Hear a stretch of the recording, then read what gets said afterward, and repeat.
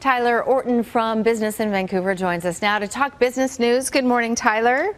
Morning, Randy. Let's first talk about a tentative strike averted at YVR. I hadn't heard anything about this. Yeah, well, this would have affected 400 in-flight catering workers working for employer Gate Gourmet.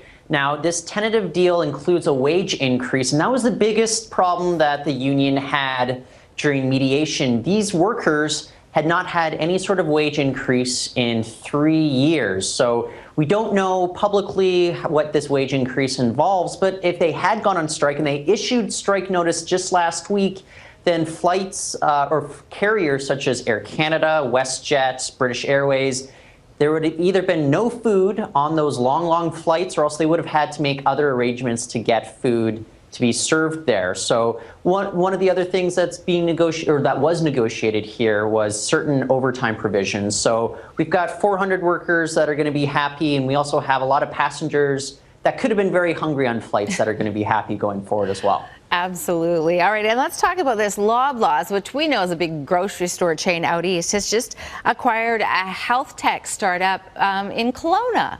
Yeah, and they're paying a very tidy sum for it. Loblaws is going to pay $170 million to acquire QHR. So you might be asking, well, what does a big grocery chain have to do with a health tech company here in British Columbia? But QHR, well, they handle medical records for about 7,700 different providers. So the other thing to keep in mind is Loblaws actually owns Shoppers Drug Mart. So when you have this combination of a pharmacy needing a lot of good technology to help them access medical records, this is really kind of a match made in heaven for them. And honestly, Loblaws is paying quite the premium for it.